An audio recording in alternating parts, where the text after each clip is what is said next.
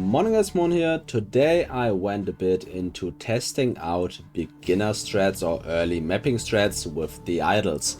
How expensive they are, like what is the return value and how easy they are.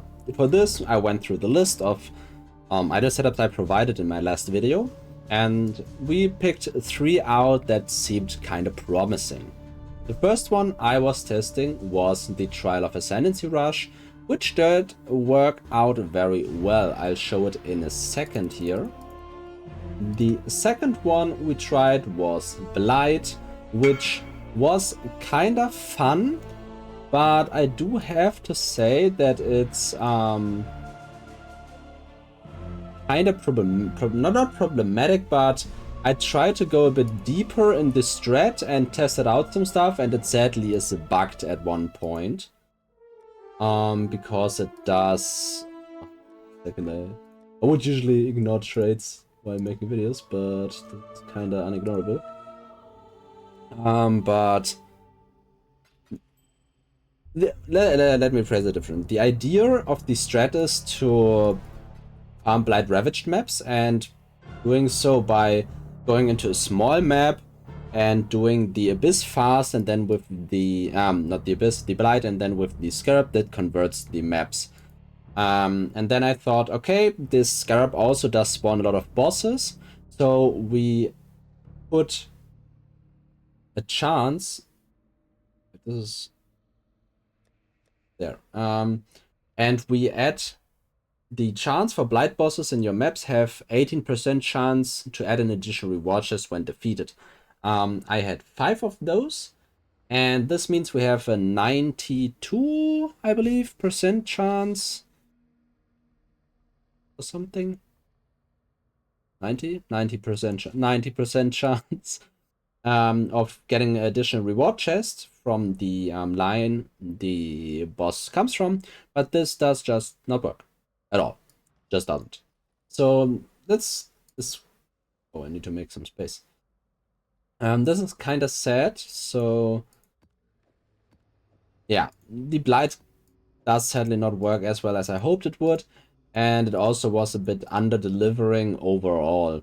So this is why I would say it's one of the worst ones, but I do want to show it anyways, because it is scalable. On all of these, I did only go for the easiest setup to do, like the least amount of mods you have to take to make it actually work. So first of all, let's take a quick look at the Labyrinth strat. This is a very cool one. I did enjoy it quite a bit, even though I'm not a big fan of running trials overall, but it was something very different, and you want to do it in yellow maps, any of the yellow maps, because white maps cannot spawn trials, and red maps seem to have quite a low chance of spawning trials. We did make a spreadsheet here where I ran 16 yellow maps and 16 red maps, and I know this is a very, very low sample size, but the difference is so huge that generally I do believe it to be true. Just want to be somewhat fast for this strat, and then just go through some map that is not as wide as Forbidden Woods, possibly. And what you want to do is just find the Labyrinth Trial and go through that, and then go for the next map. The best maps for this would be Jungle Valley, and the like Jungle Valley, how it's called, Atoll would probably be decent. Generally maps that are very easy or quick to explore, or where you just see a big part of the map, because as you could see, the trial is visible very early on. Here we have Swirling Fear and Stinging Doubt are the 2 fastest trials. So if you just want to explore your Atlas, and you don't need the full set, because you can see that is improved offering, you can just put these into your setup and just complete them while also completing your Atlas. You don't have to go full focus on this. and we got a dedication, and then we just go out. You can use this strat while doing the entire thing, while getting your Atlas completion and just making some bank in between. I did sell the ones I've had already. We've got 9 gifts, 7 tributes for dedications, which is quite lucky, to be honest. The dedications still are selling. The tributes are not really selling at all right now, but I do think I have them in for a too expensive price, so these are going down fairly quickly. These are going down as well, and the gifts are somewhat more expensive. These that sell quickly for about 90 or something. But I did this hours before, so right now the market is shifting into nighttime, so you'll always have a difference between daytime market and nighttime market. So there's a difference there. Just that so you are aware. However, I'm not sure how stable these prices are, so it might be possible that when a lot of people just suddenly go into like this farm, that the prices might drop by quite a bit. But I have not a lot of experience in enhanced idle setups, such as no.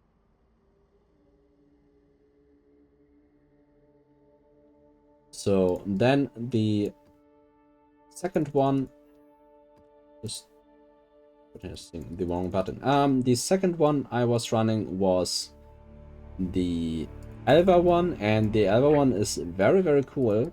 Because actually, you don't need a lot of space for it. So you can start it very, very early.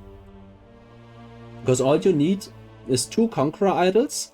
I do have a combined one with always 4 Incursions and killing Resident Architect in your maps at their upgrade tier to the Surviving Architect's room.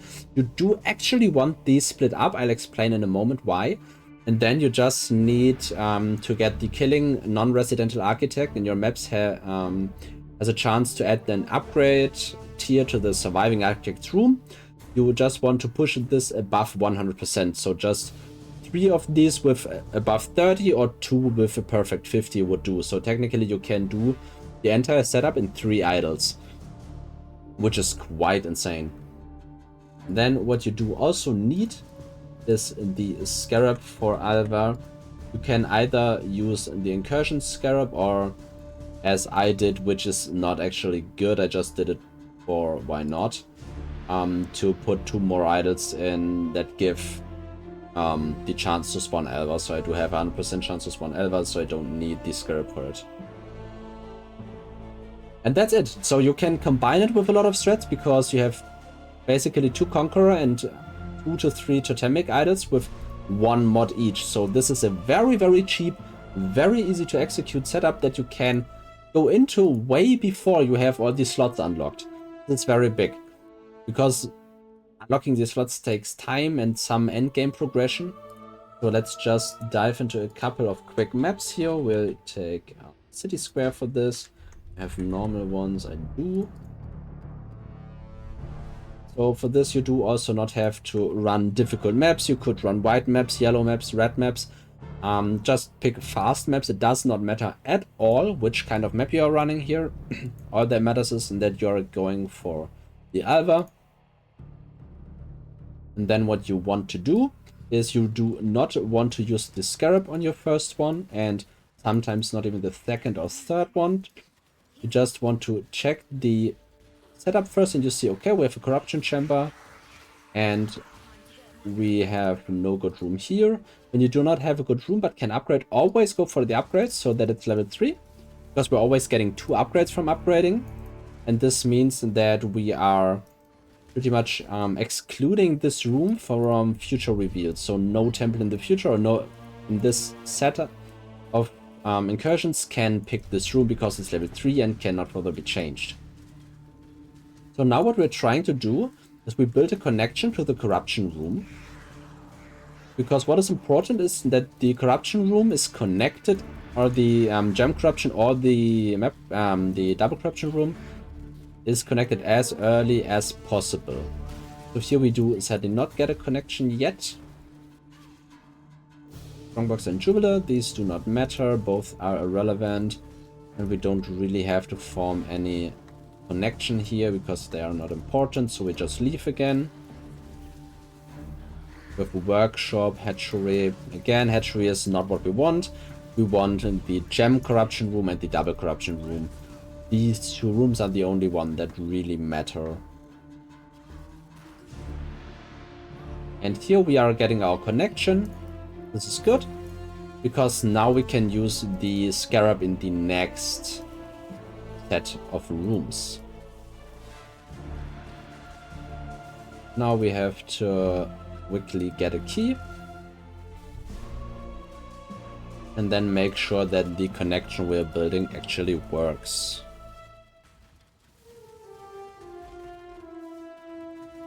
Get a key maybe? Oh? Thanks. We pick the connection here or here, it does not matter too much, but we want the connection. If your damage is not great, you could add idols that increase the duration you have for the incursion. If you want experience, you could add incursions that spawn magic monsters, so you get more experience. There overall is a lot of flexibility in the setup, but I just wanted to showcase the very basic setup. Now we have the scarab that on our last incursion in this room, on this map, we are gaining a full temple that has randomized rooms, but the set layout. So that is why we want the connection, or not actually randomized rooms, but randomized tiers of rooms.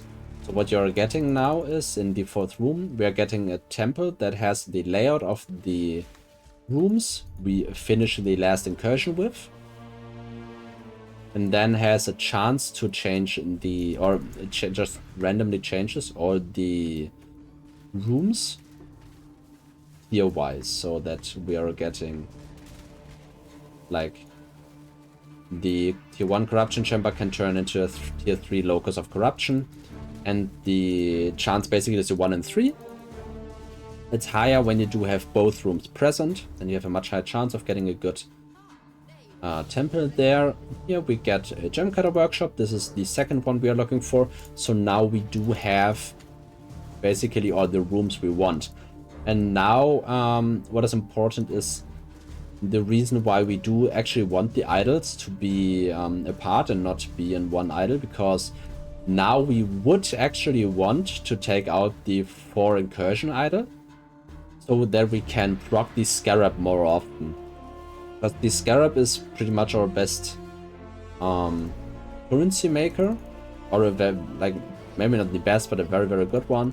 Here we could change to sacrificial altar as well. It's somewhat decent if you want to run them yourself, because you can make some money here, but here we just upgrade this one to make it level 3 so that we are not getting it. Here we dropped our first one. We've got corruption chamber level 1 and gem cutter workshop level 1, so we can just drop it and go for the next one. Now we have 8 incursions left, so this is 2 maps, and if we take out this conqueror idol, we would get one more chance at the scarab.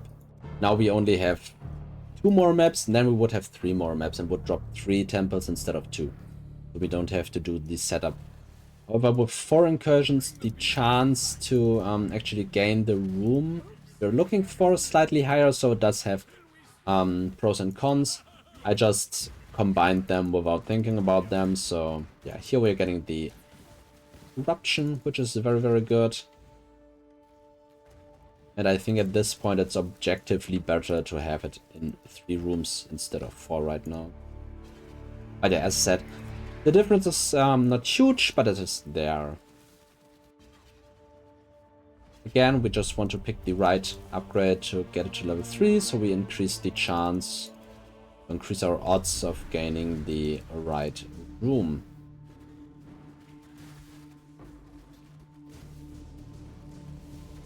This strat also obviously does very much profit from having a fast build, but that's pretty much the case for every single strat. The faster you are, well, the faster you are. Not too much science in there. Again, upgrading to tier 4. Here we will drop the room again. Here it is important that you actually kill the Architect, because the Architect is who drops the Chronicle. Which is sad. Killers of Corruption 2, Department of Thaumaturgy 2.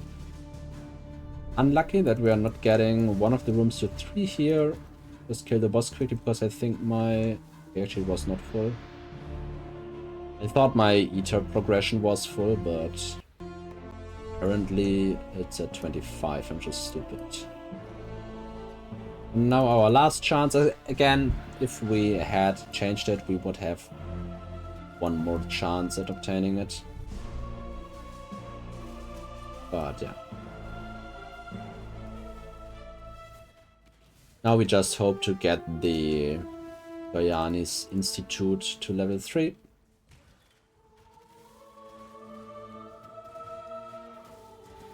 I'm not smart at running.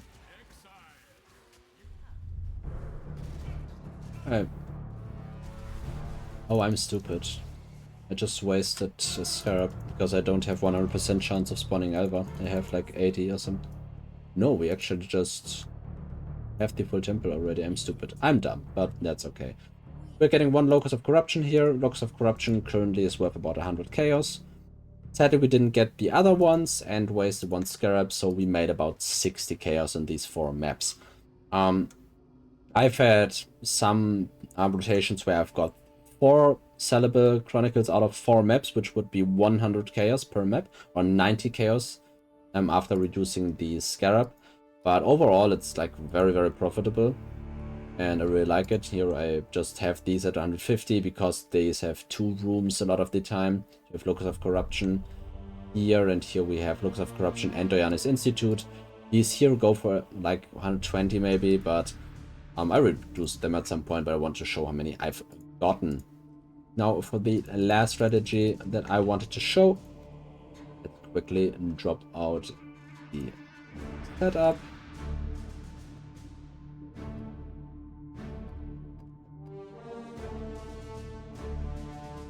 And pick the last.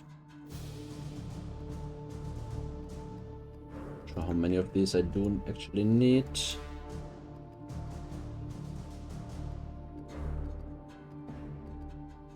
Actually, I would recommend to do with less of the Kamasan and more of these.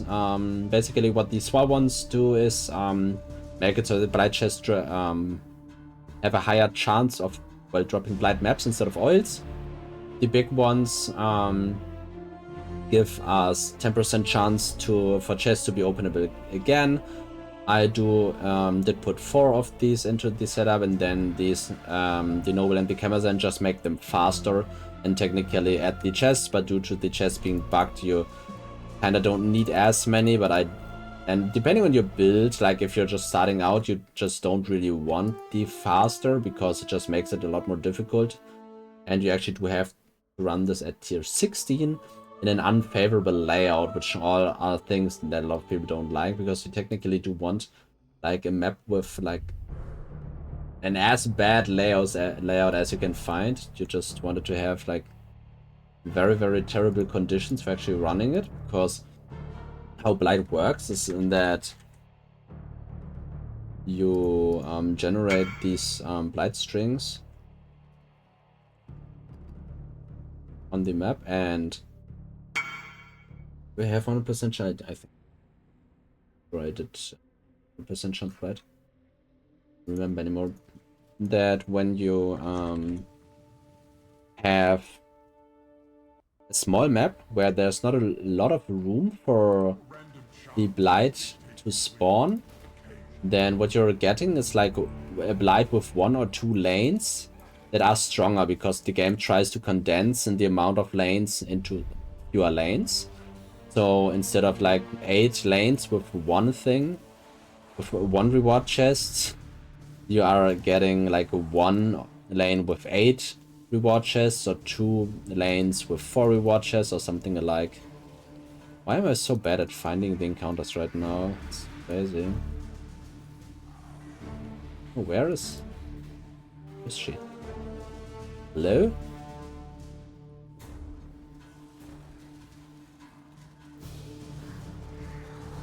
Where's Cassia?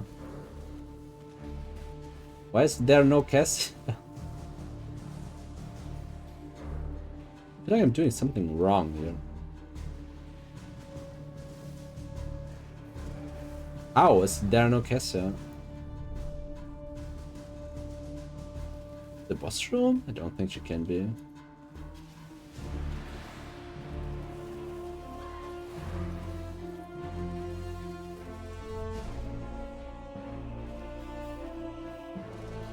How?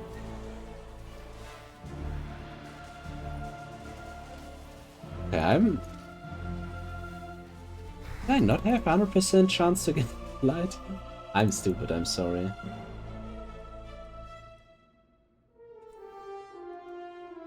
So we do add this for some reason.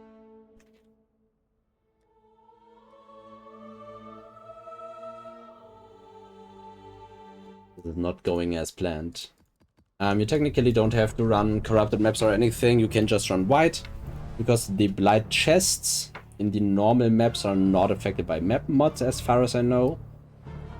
Not the biggest Blight runner, but as far as I know, the chests only are affected in the Blighted maps. I'm not even sure if they're... I do think so, but I'm not the most Blight runner, so... Yeah, as you can see, we've got 3 lanes, which is quite bad, actually. You want as few lanes as possible, so that you just get the maps. I do have a very strong build, so what I mostly do is go for freezing turrets, or ice cage turrets, actually. Because I don't really need more. But of course, you can play with less enemies spawning at once, but you're seeing how many enemies are spawning here and how quick the encounter goes. So that was in the encounter. And then we try to get some Blight maps out of these. Sadly, they did actually drop fairly low here, but this overall was my experience with the entire thing. That it was just not as good as I hoped it was, but again, I did only get the very basic of the setup together and didn't really do too much with it. I just wanted to get the chests are lucky, not chests are lucky, but to chests are duplicated. You could add chests are lucky to the setup and stuff like that, and I do believe that there, oh, this is actually very good, that there might be some people who are like way more into Blight running and can make a better setup than this, but this is what I made out of like 10 maps or something, so not great, not terrible, but there's better farms out here, and I do think all of the farms that I have shown already are better, like both of the other ones. The Trial of Ascendancy actually was better, and the Incursion one is way better. I do think this is by far the best of the strats, but this one is one that you can just put in while you're completing your Atlas, which is very nice. Like, you don't need the full thing, you can just, like, 2 of these and 2 of these should fit into the starting thing, I do believe. So, very cool. This is pretty much everything I want to talk about, and it was quite a lot longer than I anticipated for. I thought I'd just talk it down like 10 minutes, but I was fucking up quite a bit of stuff. So, yes. If this was helpful, feel free to drop a comment. Or if you have questions, feel free to drop a comment. If this was helpful, feel free to like, subscribe, whatever you're doing on YouTube. So, thanks for watching, and see you in the next one.